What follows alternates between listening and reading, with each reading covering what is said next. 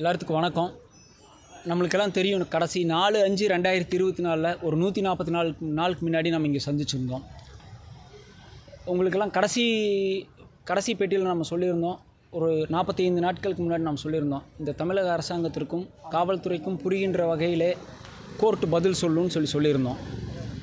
இப்போ 2வது குண்டாஸ் போடப்பட்டு இன்றையோட 44 நாள் முடிவடைந்திருக்கு. இன்றைக்கி சுப்ரீம் கோர்ட்டில் என்ன நடந்துச்சுன்னு சொன்னோம்னா, திங்கக்கிழமை 23/8/2024 நடந்த குண்டாஸ் அட்வைசரி போர்டில், அந்த அட்வைசரி போர்டில் ஒரு அப்பீராயி சவுசங்கர் அப்பீராயி இவர் மேலே 2வது குண்டாஸ் போடுறதுக்கான முகாந்திரம் இல்லைன்னு சொல்லி அவங்க ரெக்கமெண்டேஷனில் கவர்மெண்ட்டே அந்த குண்டாஸை வித்ட்ரா பண்ணிட்டாங்க. வித்ட்ரா பண்ணிவிட்டு இன்றைக்கி சுப்ரீம் கோர்ட்டில் வழக்கு வரும்போது, இந்த மாதிரி நாங்கள் அவர் மேலே போட்டிருந்த 2வது குண்டாஸை வித்ட்ரா பண்ணிட்டோம் அப்படின்னு சொல்லி சபிஷன் ஒரு சீனியர் கவுன்சில் வச்சு கொடுக்கும்போது, அதை ரெக்கார்ட் பண்ணிவிட்டு இன்றைக்கி சுப்ரீம் கோர்ட் என்ன சொல்லியிருக்குன்னா, அவர் மேலே போட்டிருக்கக்கூடிய 2வது குண்டாஸை ரத்து பண்ணதுனால இமீடியட்டாக வேறு எந்த வழக்குகள் இல்லைனாலும் அவர் உடனடியாக விடுதலை செய்ய சொல்லி இன்றைக்கி ஒரு உத்தரவு போட்டிருக்காங்க. உங்களுக்கெல்லாம் தெரியும், இதுக்கிடையில் அவர் மேலே 27 வழக்குகள் இருந்தது. ஒரே ஒரு விஷயத்துக்காக 17 வழக்குகள் இருந்தது. அதுக்கு சுப்ரீம் கோர்ட்டில் ஸ்டேயாக இருக்குது. மற்ற எல்லா வழக்குலையும் பிணைகள் கிடைக்கப்பட்டு அவர் கடைசி 44 நாளில் ஜாமீனில் தான் இருந்தார். எல்லா வழக்குலையும் ஜாமீன் கிடைக்கப்பட்டு கடைசி 44 நாட்களாக இந்த குண்டாஸ்க்காக மட்டும்தான் சிறையில் இருந்தார். அந்த குண்டாஸும் இன்றைக்கி ரத்து செய்யப்பட்டிருக்கு. அரசாங்கமே அதை வாபஸ் வாங்கியிருக்கு. நம்ம இதில் என்ன சொல்ல விரும்புகிறோம்னா, கடைசி 44 நாளில் 6 முறை சுப்ரீம் கோர்ட்டில் இந்த வழக்கு விசாரணைக்கு வந்திருக்கு. ஒவ்வொரு முறையும் சுப்ரீம் கோர்ட்டில் மிக மூத்த வழக்கறிஞர்களை தமிழக அரசு நியமித்து வாய்தா வாங்கி பதில் சொல்கிறேன், இன்றைக்கி சொல்கிறோம், நாளைக்கு சொல்கிறேன்னு சொல்லி 6 வாய்தா வாங்கி தமிழக மக்களுடைய வரி பணத்தை வீணடித்து 44 நாட்கள் சுப்ரீம் கோர்ட்டில் இந்த வழக்கை இழுத்ததுக்கப்புறம் நாங்கள் இதை குண்டாஸை வித்ட்ரா பண்ணிக்கிறோம் அப்படின்னு சொல்லியிருக்காங்க.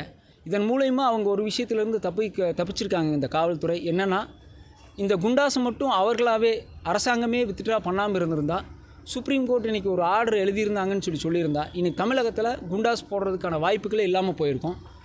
அதை கவர்மெண்ட் ஃபேஸ் சேவிங்னு சொல்லுவாங்க. அவங்க அவங்களுடைய நிலையை காப்பாற்றிக்கிட்டாங்க சுப்ரீம் கோர்ட்டில். உங்களுக்கு ஒரு விஷயம் நம்ம மறுபடியும் சொல்ல விரும்புகிறோம். இந்தியா முழுவதும் போடப்படுற குண்டாஸில் 51% தமிழ்நாட்டில் இருந்து மட்டும் போடப்படுது.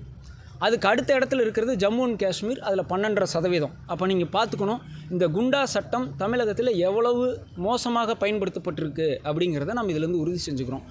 இப்போ எங்களுக்கு கிடைச்ச தகவல் படி அரசாங்கத்தினுடைய உத்தரவு மதுரை ஜெயிலுக்கு கிடைக்கப்பட்டிருக்கு. சுப்ரீம் கோர்ட் உத்தரவையும் நாங்கள் அங்கே இருக்கிற வழக்கறிஞர்கள் மூலிமா மதுரைக்கு கொடுத்து அனுப்பிச்சிருக்கோம். அதிகபட்சமாக ஒரு 6 மணிக்கு அவர் வெளியே அவரும் கூட பத்திரிகையாளர்களை சந்திப்பதற்கான வாய்ப்புகள் இருக்குது.